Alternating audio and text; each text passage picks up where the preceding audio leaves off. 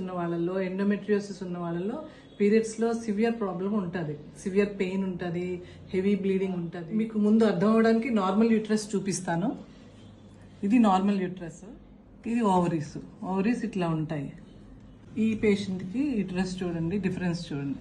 అలా smooth texture లేదు uterus, అక్కడక్కడ రఫ్గా ఉంది, అక్కడక్కడ అంటే సిస్టిక్గా ఉంది, ఇట్లా డార్క్గా ఉంది, ఇలా లైన్స్ లాగా వస్తుంటాయి.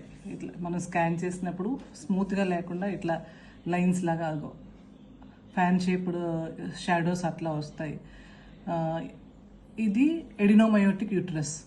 దీనికి ఎడినోమయోసిస్తో పాటు ఎండోమెట్రియోసిస్ అనే ప్రాబ్లం ఉంది. ఎండోమెట్రియోసిస్లో ఓవరీస్లో సిస్టుల్లా ఉంటాయి. అవి మామూలుగా ఓవరీస్లో సిస్టులు అనేవి కామనే. ఇది లెఫ్ట్ ఓవరీ చూసారా, ఎగ్స్ కనబడుతున్నాయి ఓవరీలో, ఫాలికల్స్.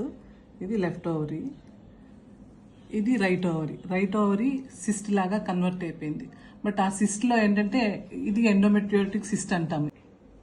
ఓవరీలో సిస్టులు రావడం అనేది చాలా కామన్, వస్తుంటాయి, మందులు ఇస్తే తగ్గిపోతాయి. ఈ ఎండోమెట్రియోటిక్ సిస్ట్లో బ్లడ్ ఫిల్ అయి ఉంటుంది ఇట్లా. సో నార్మల్ సిస్ట్ ఉంటే ఇట్లా డార్క్గా కనబడుతుంది, బ్లడ్ ఫిల్ అయి ఉంటే ఇలా కనబడుతుంది. వీటికి మందులు పనిచేయవు.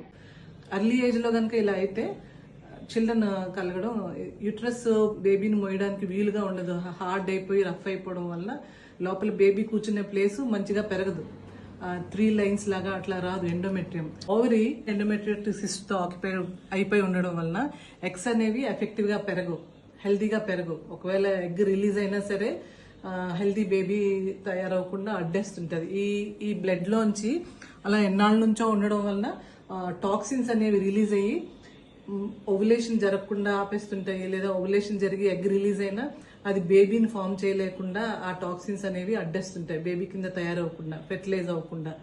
అండ్ ఫెలోపియన్ ట్యూబ్కి అంటే అండవాహిక అంటాం కదా, దేనిలో అయితే బేబీ తయారవుతుందో ఫస్ట్ ట్యూబ్లో తయారయ్యి గర్భసంచిలోకి వచ్చి కూర్చుంటుంది.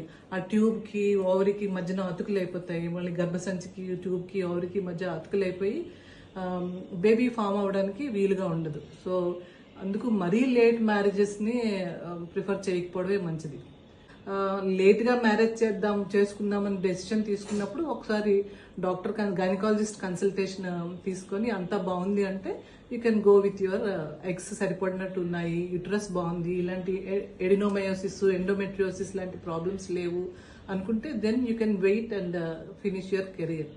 Otherwise having children will be difficult with these problems, adenomyosis, endometriosis ప్రాబ్లమ్స్తో. Thank you.